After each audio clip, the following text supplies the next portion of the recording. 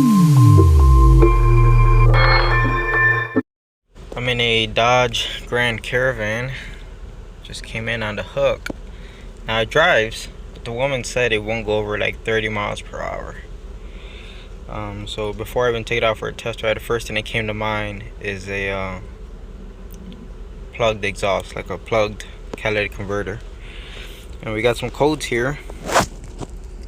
Cylinder 6 misfire, multiple misfire, and EGR position.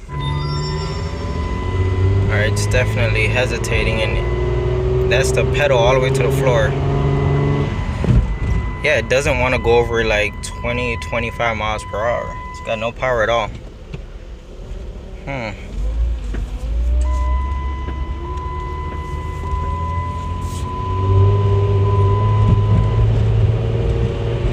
Yeah, the engine sounds like it can't breathe. Alright, let's go back to the garage and start looking at things. Before we go underneath the hood, let's look at some more data here. And looking at the oxygen sensors. Okay, so this is upstream.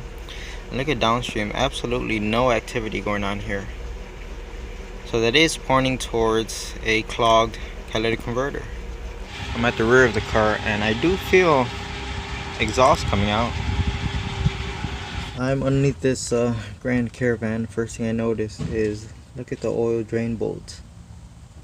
It's got a welded nut on it, and that's fine. I know sometimes like the head breaks off and you have to weld a nut on them in order to get them off. That's all great.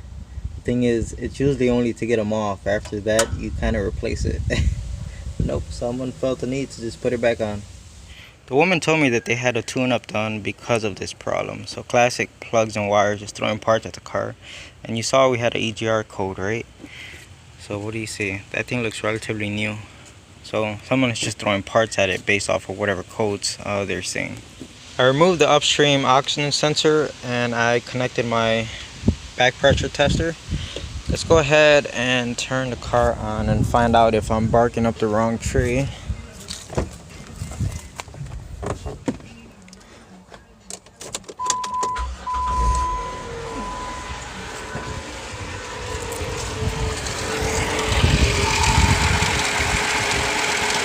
Oh yeah.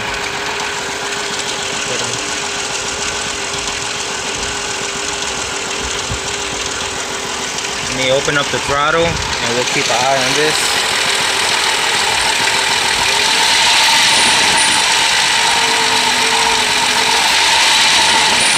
Wow. Alright, so it's confirmed we have a plugged exhaust.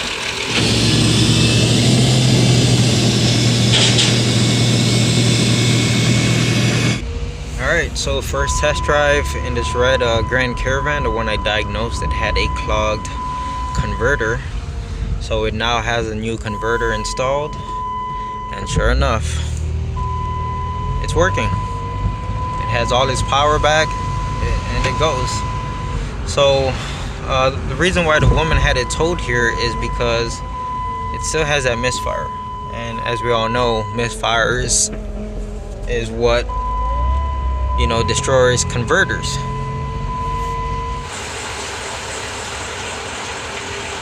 As you just saw, we have a misfire on cylinder 6, it says. So that would be this very first one right here. And I just wanted to take a look at the spark plug because someone's been in here before. The thing is, it won't come out. They're crazy over tightened, and it's really scary at this point because I do not want to break a spark plug. Break a spark plug, it's game over. So I don't know, I'm gonna keep trying it, but be as careful as I can. If it feels like it doesn't want to go, I'm just gonna throw in the towel on pulling that spark plug. Yeah, that thing is not coming out, and it's sad because these things were just put on, so it's not like they're stuck from rust or corrosion or anything like that. Someone just crazy over torqued them. I'm not gonna open up that can of worms. Let's just see if we got spark making it to the end of the boot here.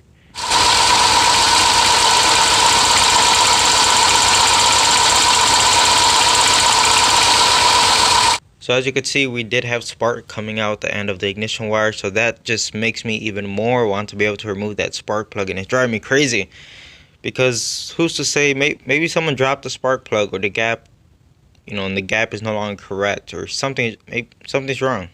Okay, so I want to be able to check it, but it won't come out super tight. I think my next step is to let the engine run, let the heads heat up, and hopefully the metal would expand just a little bit to help break that spark plug loose. Well, that's the plan at least. I wanted to check all of the other coils, make sure they were firing before I go any further. So, just pulling the boot off of each coil using a test light, and they all are firing. I even got shocked on number 2. It was just stuck on there, and when I pulled it, my test light wasn't close enough, so I got shocked. But yeah, all of the coils are firing. So I'm gonna go ahead and turn the engine on and let it run for a little while. Running the engine for about 5-7 minutes really did the trick. They were still on there pretty tight, but at least I was able to get them out. So this is the one from cylinder 6, and they do look new. The gaps look okay. Then I pulled out cylinder 4 just to compare it, and it pretty much looks exactly the same. There's no cracks in the porcelain or anything like that.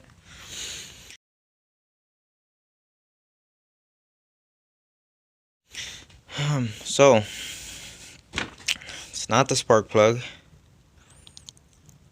Now I did do a clear flood mode. It just sounds okay. I didn't hear anything that stands out. Maybe we could go ahead and try a relative compression test. Did a quick compression test on number 6 since it's really easy to get to, and we're at about 170 psi. So looks good to me, right?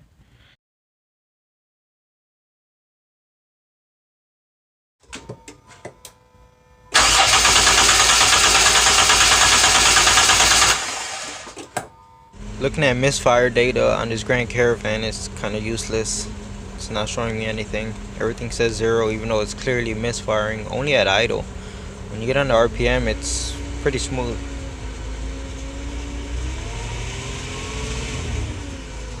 And the oxygen sensor, as you can see, it doesn't look like it's doing much until we get on the accelerator pedal. Then it just starts switching. See it now? And while you're driving, it drives perfectly fine. There's no hesitation. You don't feel any misfires. It's only at idle.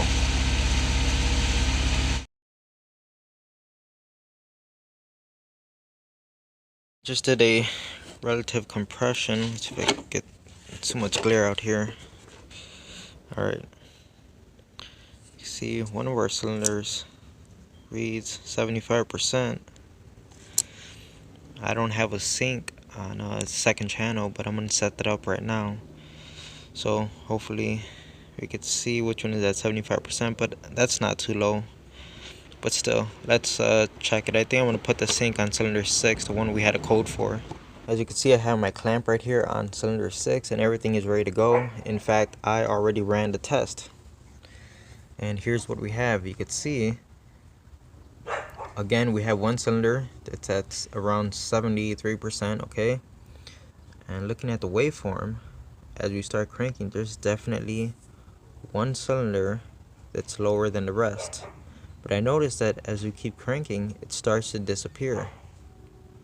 I was just watching one of Scanner Danner's videos on this same engine doing the same exact test, but his was kind of backwards if I remember correctly. Like initially cranking, it the waveform looked fine, but as you kept cranking, the cylinder that was having a problem was starting to show its face. So this one's kind of backwards.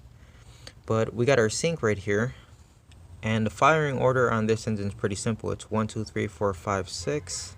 So if we have our sync on cylinder 6, which is this one, so this would be 1 2 3 4 5. Let me get this closer. So that's 6. 1 2 3 4 5. And again it repeats, and there goes cylinder 5 again. And as you keep going, you could see it starts to raise compression little by little. So even though we had a misfire code on this car for cylinder 6 misfiring, the problem is actually on cylinder 5. And this also explains why when I was doing a clear flood mode, it sounded like it was cranking okay, because this is a very short window of when that cylinder isn't really contributing, and then it starts acting normal. So And I remember that too. When I first started cranking it, at first there was just a little hiccup of something that sounded weird, and then I was, you keep listening like, oh no, there's nothing wrong here. It sounds normal, but this is saying otherwise. So it looks like it is going to be an engine mechanical problem. I don't think I'm going to look into this any further. Not really making money off of this job. Just kind of do this for fun at this point.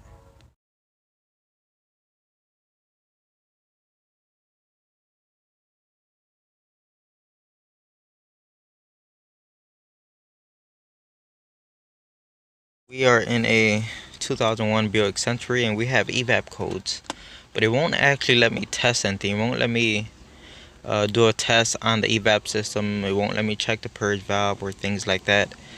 And I keep getting an error code that says something about the fuel tank pressure sensor exceeded limits or something like that. So I got this data pulled up here and you can see the fuel tank pressure sensor. Now we are key on, engine off. So that's what it's reading. The car not even running. I think this car has access to the fuel pump from the back seats, so let's go check it out. The owner actually bought a new fuel pump, and the new fuel pump assembly came with the sensor attached to it, but he also bought a sensor separate. I guess he didn't know that they came together. So what I'm going to try to do first is take this sensor out of here. We're going to pop in just a new sensor and see what happens. We are still key on, engine off, and pulling up the data. It already looks better. See right there. This is why the car would not run its evap test, because that fuel tank pressure sensor was just so far out of range. So it's looking a lot better now. And at this point, I'm just gonna go ahead, save the codes obviously so I have a reference, but I'm gonna clear the codes, go forward with that. Like I said, the owner bought a fuel pump assembly which came with the sensor attached to it, but he also bought the separate sensor. So it looks like he bought that pump online, so I don't know if he's going to be able to return it or not, but all he really needed was the sensor. As you can see, we got the old fuel pump out the car. I talked to the customer and he said he bought it online. There's no point in trying to return it, so he said just go ahead, put it on the car, and at least it'll fix my fuel gauge, and it will. Because you could actually see the problem on this one. First of all, the contact patch underneath here is really worn out compared to the new one. Obviously this one's brand new. The biggest thing I see is if you look right inside of here, a little metal tab has like 3 fingers hanging off of it, or it should. It actually only has 1 finger, like the other 2 are broken off. So you can imagine how that's not going to make good contact. If we come over to a new one, you can see it has all its fingers intact. So I'm pretty sure this is gonna fix the issue with the fuel gauge bouncing around how it does. The new fuel pump is installed. I don't see any leaks. I already got the car running. I just started it, and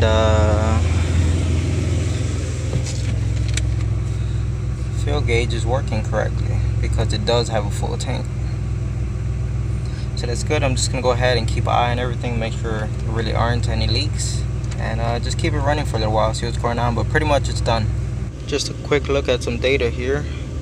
Pressure sensor is working, and if you look at our fuel level remaining, it actually says like 91%. You see, if I remember correctly, the old one said like 200%. So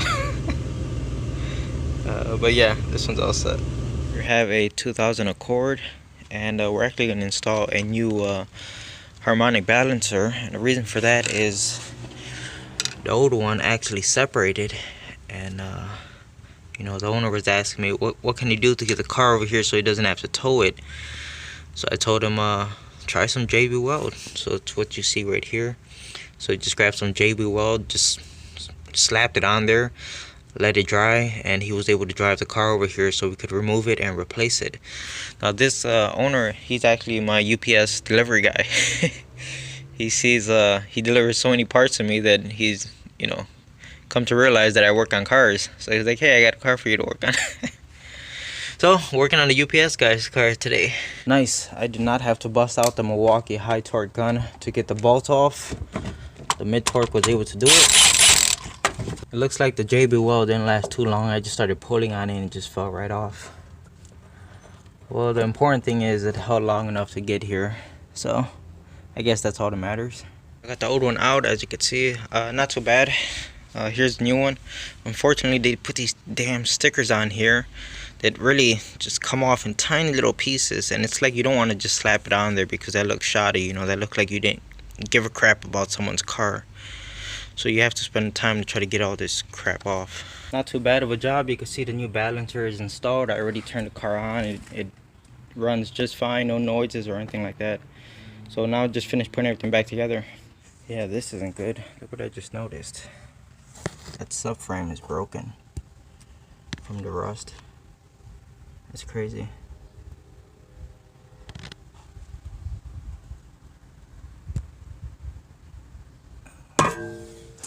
Well, on the same accord that I just did the harmonic balancer, the owner also wants me to remove these locks off the wheels because they lost the key. So you can imagine how it's become a major pain in the butt to do anything. So what I have here that I found works halfway decent is a lug nut extractor. You can see it's got like that spiral design inside of there, and they have different sizes. This one, it feels like it's too small, like it barely wants to go on, but the next size up, it's just gonna go right over it and it's not gonna grip at all. So the one that barely seems like it doesn't want to fit, that's the one you want to use. And in my experience, without an impact gun, you probably won't get this done. I mean, you might be able to, but it's just way easier with an impact gun. So let's go for it. This might be hard with one hand. And there we go. Let's go ahead and try that one more time on the other side of the car. Let's put this on here.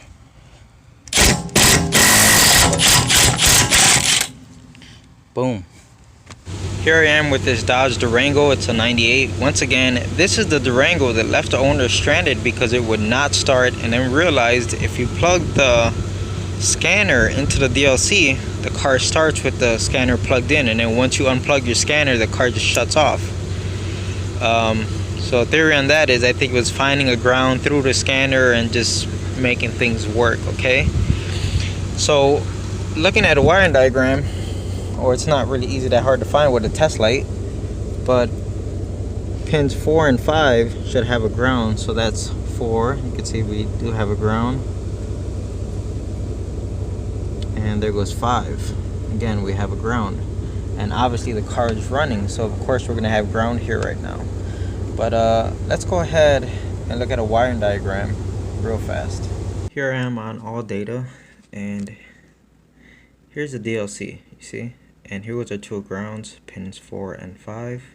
If we follow the grounds down, you can see they eventually connect, and they also go to the same ground that feeds the PCM. And let's go down, keep following the ground. It goes to ground G107. So let's go ahead and find that ground. Okay, so here's the image that we're looking for. You can see we have G107 right here. Follow it. Looks like there's a stud right there, and we have two main ground wires connecting to it. So it says G11 and G107 are both connected to this same ground right here. So let's go on the truck and look at that ground. Okay, so here we are. Here goes the 2 wires showed in the diagram. Look at this. Yeah, so let's take this. There's just tape wrapped around it. But before I mess with it too much, I want to turn the car on since it's actually starting right now. And maybe we could make it stall out if we mess with this.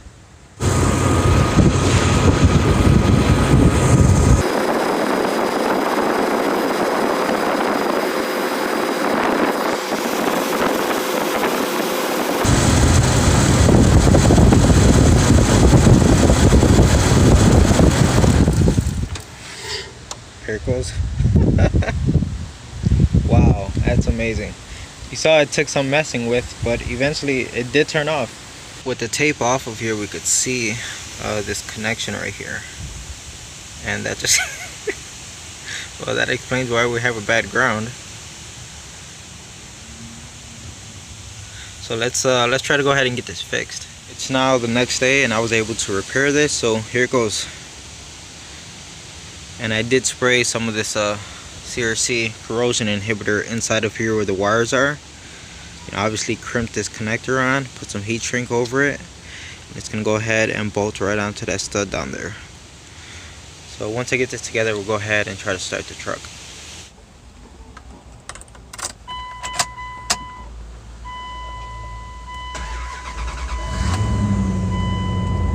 Nice.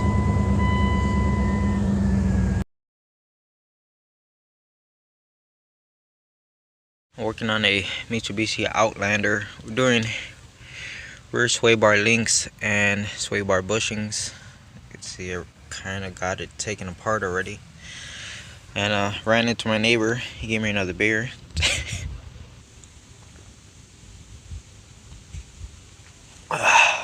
I'm not gonna lie, that thing's like piss warm. Pretty much had to cut off. Am I drunk already off of one beer? What the hell? I pretty much had to cut off the stabilizer links, and here goes the bushings. You can see how the old one is so worn out. Here we have a Toyota Camry. It's the one I did the brake lines on it not too long ago, or maybe a few months ago. That I had to run the brake lines from all the way up there, going to that wheel, and then to this wheel right here. Anyway, he had an issue where he actually tore off his muffler because the car is so low back here. You can see it's pretty much on lowrider status. Both of the rear struts are obviously blown out. So we have a complete strut assembly for the left and the right side. And we're going to turn this car from a lowrider into a monster truck. Here goes the old strut assembly compared to a new one. This thing was done for. It's got plenty of other suspension things that are just completely worn out. Sway bar bushings and links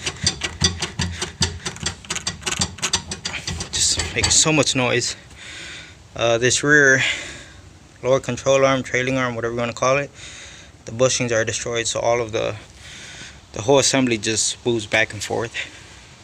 I'm all done on the left side, and one thing I forgot to point out earlier is it also needs rear brakes. Here on the right side of the car, whenever you're lifting up the car and putting it down, the suspension just like jerks really hard and makes all these popping noises and things like that. If we look at the actual, I don't know, piston, I guess, the piston of the strut, look at all that crap that's built up on there. I don't think I've ever seen that before. It's supposed to look like this. Nice and clean and shiny. So obviously maybe the boot got dragged into it, I don't know. But basically it's binding, the piston itself is binding inside of the strut every time it goes in and out, and that's why it's making all that popping noise.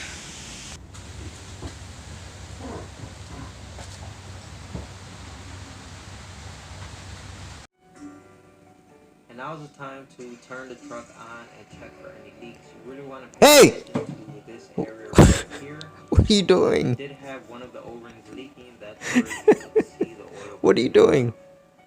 So I did go into a time lapse just to keep